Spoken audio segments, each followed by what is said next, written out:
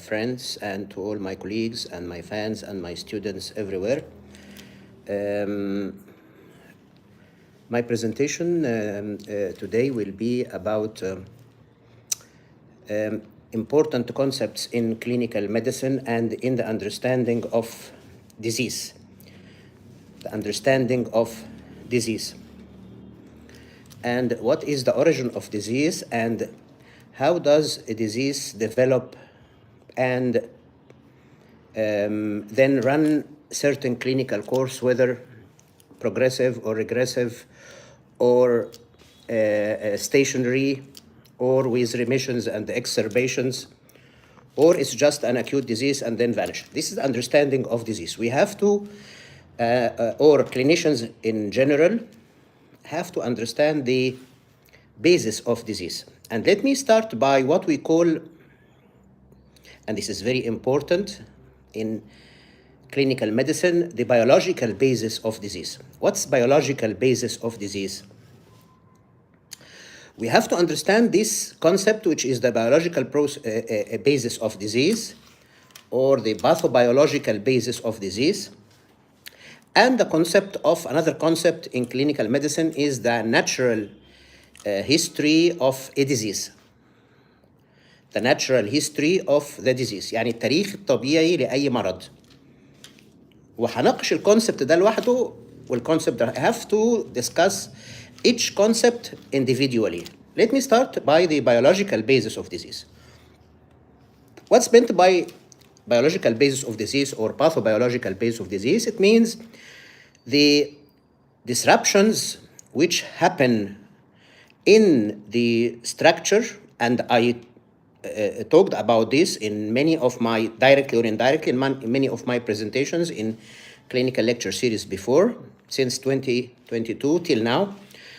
The biological base of this means the disruptions which happen in the structure or function, or both structure or function, that is, and or function, at the molecular and cellular levels. At the molecular and cellular levels. That is at the microscopic level. Before it becomes manifest at what we call the gross level or the macroscopic level in the tissue or in the organ. The disease starts biologically at the molecular and cellular level. So that there will be abnormal cell behavior and there will be abnormal molecules. That is cytokine abnormalities or cytokine disorders, because this is the most common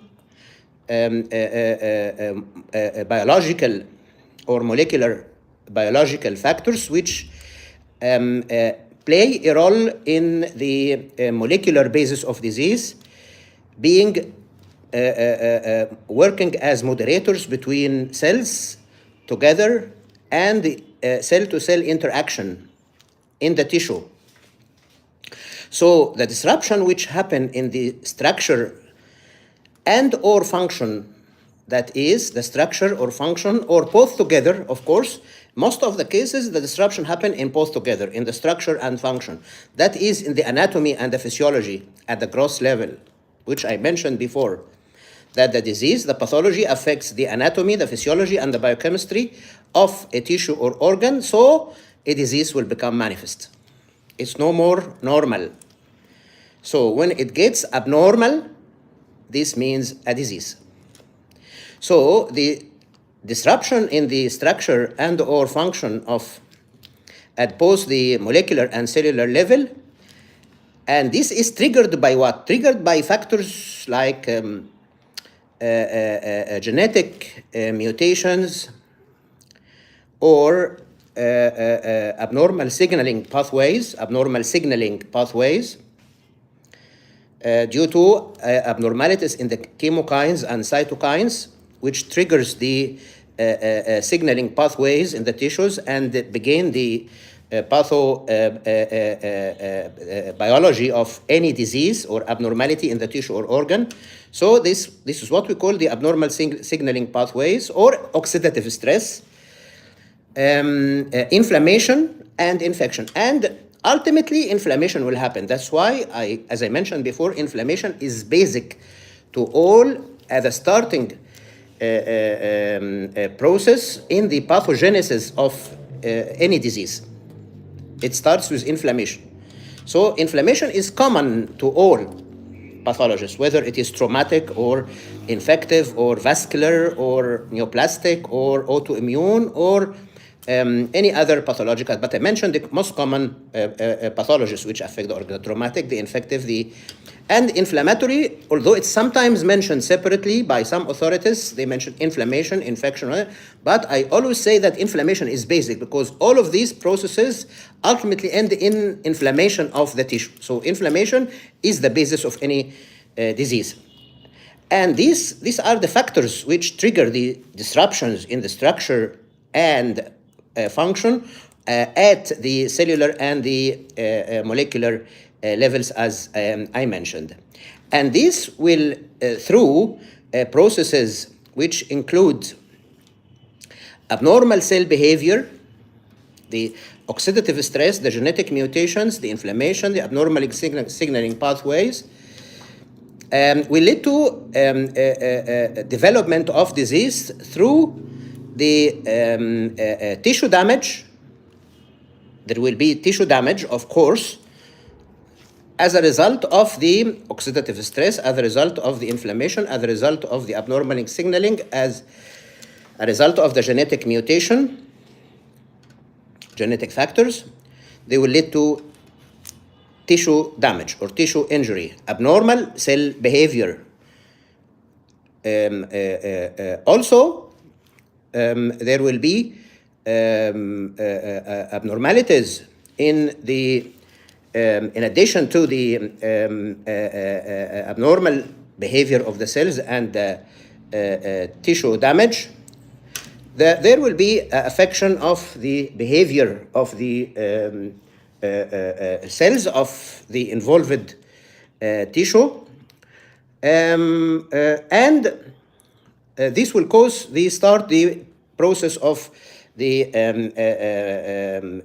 disease. And this is especially or particularly relevant to development of chronic diseases like atherosclerosis, like Alzheimer's disease, like neoplastic conditions. So through tissue damage and abnormal cell behavior, there will be development and gradual development of chronic disease. So it starts with factors, and these factors are actually the causes or the basic causes or the roots of the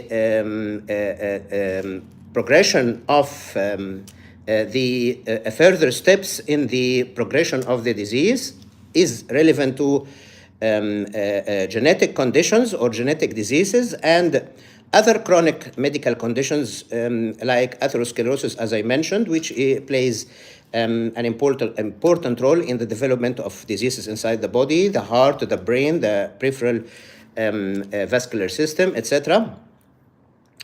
And other chronic diseases like neurodegenerative diseases of the brain, especially here I mean the Alzheimer's dementia or Alzheimer's disease, and other chronic diseases as well. So here there will be abnormal cell behavior. The abnormal cell behavior and the tissue damage will lead to, and of course with the what we call in some diseases the cytokine storm, or there will be abnormalities of cytokines, including the tumor necrosis factor, the interleukins with all its types, which play different roles in different, especially different chronic diseases, like in bronchial asthma, in diabetes, in epilepsy, in multiple sclerosis, in autoimmune diseases, etc. So through tissue damage and endothelial dysfunction and organ malfunction, because the endothelial dysfunction will progress to gross organ malfunction. So it starts with the endothelium, and this is what we call endothelium or endothelial dysfunction.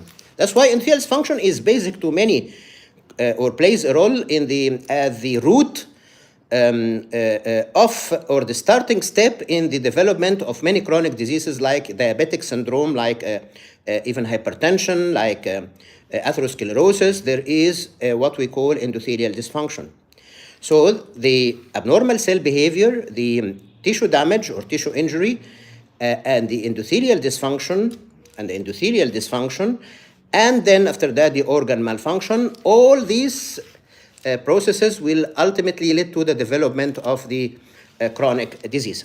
So this is the theory of what we call the biological basis of disease. That is, the disease starts by disrupting the molecular biology before it appears at the gross level, disrupting the gross anatomy and the gross physiology and ultimately the biochemistry of the tissue and the organ. So it starts as at the cellular level. This is and by affection of the cytokines or the molecules which play a role in the cell-to-cell interaction, and by affecting the cell itself and the receptors and the post-receptor defects. And intracellular, of course, and by affecting the nucleus, reaching the nucleus. So this is the different levels at the, or the different levels of affection at the cellular level. The receptor and the post-receptor and the nuclear and the intracytoplasmic. So this is what we call cellular changes. And molecular changes, which play a role in the cell-to-cell interaction.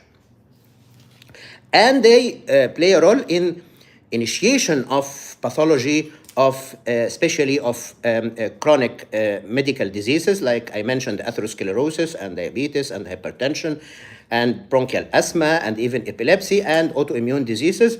It starts here by disruption of molecular and cellular structures.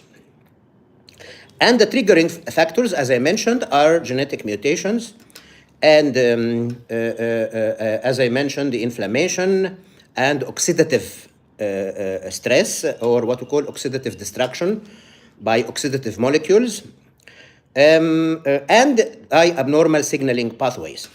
These will lead to damage, will lead to abnormal cell behavior, will lead to tissue damage, will lead to endothelial dysfunction and organ malfunction, and starts the gross pathological changes or the macroscopic changes which happen in the tissues and then the organ and then the whole system inside the body, whatever it is, the liver or the kidney or the heart or the brain, or it starts cellular and then become gross, or it starts microscopic and then become macroscopic affection with destruction of the anatomy, the gross anatomy and physiology and the biochemistry of the tissue or organ, and then it becomes abnormal, and the clinical manifestations will start to occur, including symptoms and signs. So this is the biological basis of disease. And in order to treat the disease and to understand the disease, you have to understand what happens at the biological level, or the biological basis of the disease. It is very essential and very basic to understand the disease, to understand the biology or the disruptions in the biology of the tissue and the cells, which is later on progressed to affect the whole organ, because we all know that the system is formed of organs and the organ is formed of tissues and the tissue is formed of cells, whatever the tissue is, connective tissue, epithelial tissue, muscular tissue or nervous tissue, the four main tissues of the human body. So this is the very essential. Let me now shift to another issue, which is the natural history of what we call the pathobiological basis of disease, or the pathobiologic mechanisms. To understand the pathobiologic mechanisms, you have to understand the biological basis of disease, because after that starts what we call the abnormalities which happen in the physiology or in the normal physiology, which will ultimately by a pathological process, and this is what we call pathophysiologic, or sometimes we call it pathobiologic. Sometimes we use the two terms interchangeably, especially in textbooks. Pathobiological basis or pathophysiological basis is the same. So there will be disturbance in the structure and in the function due to genetic factors, due to injury due to multifaceted causes, that is multiple causes. So it starts, for example, with genetic mutations, and then these genetic mutations will lead to some sort of disturbance in the immune system, and then this some sort of disturbance of the immune system will trigger a disease. Or these genetic factors will cause endocrine changes, and the endocrine changes will cause immune changes, and the immune changes will trigger the disease, according to the theory of what we call neuroendocrine immune axis basis of disease. That is, it starts in the brain. Many disease starts in the brain, and then through what we call the neuroendocrine axis, there will be affection of the endocrine system, and then the endocrine will affect the immune. And these three, the nervous system with the endocrine, with the immune, we call it the neuroendocrine immune axis. And this neuroendocrine immune axis play a central role in the development and progression of many diseases in clinical medicine. The neuroendocrine immune axis. So we have to understand it very well. Same like the brain-gut axis, or the brain-gut immune axis, another important axis which finally affects the immune system, is the interaction between the brain and the gut. And in the gut, we have what we call the second brain. So there's a second brain in the gut, interacting with the primary brain in the skull. So the brain, gut, immune. And in the gut, it interacts with what, especially with what we call the microbiome, which is present in the gut, or the microbiota in the gut. So the brain-gut immune and the neuroendocrine immune, they play a role in the pathogenesis of many diseases. So we have to understand these multifaceted factors or multifaceted causes in the progression of, or in the initiation of disease and its progression. This is the what we call the mechanisms, or the pathophysiologic mechanisms, or the pathobiological mechanisms, whether it is also at the microscopic, that's cellular level, or at a more gross level or macroscopic level. Like, for example, in diabetes, the pathophysiologic mechanisms or pathobiologic mechanisms, the octet of diabetes, that is the 8 mechanisms. Is it related to insulin deficiency or insulin resistance, or increased hepatic glucose output, or insulin resistance at the level of the brain, or it is through renal mechanisms, or it is through incretins in the gut. These 8 factors which I mentioned are mechanisms to produce abnormal carbohydrate metabolism and ultimately cause hyperglycemia. So this is the biologic basis of the diabetic syndrome as a cardiovascular metabolic disease or syndrome. That it's not just, as we all know, it's not just hyperglycemia. Hyperglycemia is just a denominator of the disease. It's just a biochemical marker of a disease. But the disease itself, or the syndrome itself, the diabetic syndrome, is wider than just being hyperglycemia. It is a denominator. يعني علامة على حدوث هذا السندروم هو وجود سكر عالي في الدم، لكن السكر العالي ليس هو الديزيز في حد ذاته. الديزيز and its origin is الاوكتات اللي انا اتكلمت عنه ده الباثوبيولوجيك basis why hyperglycemia happens.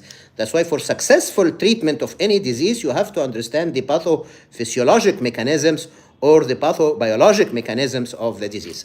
And this is what we call the pathobiology or pathophysiologic oriented therapeutic approach.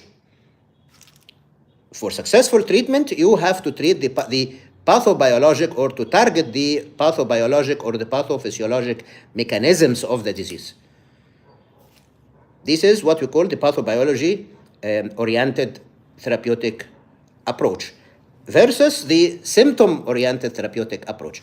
In disease, our purpose is not to treat symptoms. Symptoms is just the markers or manifestations of something happening abnormal inside the body, affecting the anatomy, the physiology, the chemistry, I mentioned, the disease. We have to understand why did the disease happen? How did the disease develop? And this is the pathobiology. The development and the clinical course of the disease after that, whether by progression or regression or remissions and with sometimes exacerbations, or remissions and relapses, sometimes we call it, it's intermittent course. Is it regressive, progressive, or intermittent in chronic diseases? In addition to, of course, the acute disease. which finishes by itself different between, depending on the, which of course different between different diseases. So this is the pathobiologic basis of this. We are treating a disease. We have to understand its pathobiology, its pathophysiology. We are not treating symptoms. We only treat symptoms, or we target symptoms when we don't understand the, or we are unable, or we failed to treat the pathophysiology or the abnormal mechanism. So we start to treat. We have only just to treat the symptoms, and that's all. But this is not the primary purpose in clinical practice or in proper treatment of a disease or cure of a disease. Is to treat its pathobiologic mechanisms, to target the pathobiologic mechanisms, the etiopathogenesis, not the symptoms. The symptoms دي زي كده أذرع الأفعى الخارجية، لكن لازم تضرب الأفعى من جوه. That's to treat the disease deeply, not superficially. Symptoms and signs are superficial appearance of the disease. هو المظهر الخارجي للمرض. But we have to treat the deeper core of the disease itself, that is the pathobiology of the disease, and to stop it from its pathobiology, that's from its depth, not from its apparent arms or the superficial manifestations, which we call it symptoms and signs. So to go back again, we have to understand that we are treating we have to understand the pathobiologic mechanisms or the pathophysiologic mechanisms of the disease. And this is the concept of pathobiology of disease. And the clinician should understand the pathobiology. When you treat hypertension, you have to understand what's the pathobiology of hypertension in every individual patient. So in order to apply the concept of precision medicine or individualized therapy or personalized therapy, you have to understand the individual pathobiology of the hypertension in this individual case, because the pathobiology is not the same in all patients with hypertension or with the same chronic disease. The pathobiology is not the same in all diabetics, is not the same in all hypertensives, is not the same in all bronchial asthma, whether extrinsic or intrinsic, is not the same in the epileptic syndrome. It differs. So you have to understand the pathobiology in every individual patient in order to treat the pathobiology and so to cause cure of disease, or to reach to cure of disease. For the disease to be curable, not just controllable. Because as we all know, there's a difference between control of a disease and cure of a disease or treatment of a disease. Is the aim of treatment is to control, just to control if you don't understand the pathobiology, or to cure the disease if you targeted and you killed and you stopped the abnormal pathobiologic mechanisms of the disease? This is very important to understand in clinical medicine. That's why I intended today to talk about the biological basis of disease, which is the basis of discovery and invention of the biologics in pharmacotherapy, that is what we call biologic treatments or biologics, which is a breakthrough in clinical pharmacology by targeting the molecules and the cells, abnormalities which happen at the level of molecules and cells. And then it will affect the gross features of the disease, and it will arrest and stop the symptoms and signs of the disease and stop the abnormal pathology of the disease, and then we get a cure of the disease. So we have to treat all of these things together. But we have not to focus on one specific cytokine or one specific molecule, because this might disrupt other molecules or cytokines in the body, and so we get side effects of biology. So even when you use biologic therapy in treatment of any disease, chronic diseases in which we use biologics like diabetes, like bronchial asthma, like migraine, like cancer, we have to understand the pathobiology and how does it occur, so that the biologic therapy will be beneficial and will not have side effects or dangerous side effects, and will contradict with the concept of safety in clinical pharmacology, in addition to efficacy, of course, as we all know. So this is what we have to understand about the pathobiology of disease and the pathobiologic mechanisms of disease. In the concept, and the other concept is the concept of natural history of the disease. We have to understand that when we are treating a disease, there is what we call natural history, and this differs between acute diseases and the chronic diseases in medicine, because we have acute diseases which have short duration and they start acutely, they start suddenly or acutely, and then it will pass through certain short clinical course which differs between days to weeks or maximum few months, and then it will disappear. It's acute disease. Or it is chronic disease. And here in chronic diseases, the issue is different, because here we have what we call the natural history, which is more complicated than the natural history of acute disease. Here we might understand how does the disease develop and how does the disease evolve after that. Evolve. So development and evolution of the disease. And by evolve, we mean either regress or progress or gets intermittent course with remissions and exacerbations. So this is the development and evolution of the disease, and this is what we call the natural history of the disease at different stages during the patient's lifetime.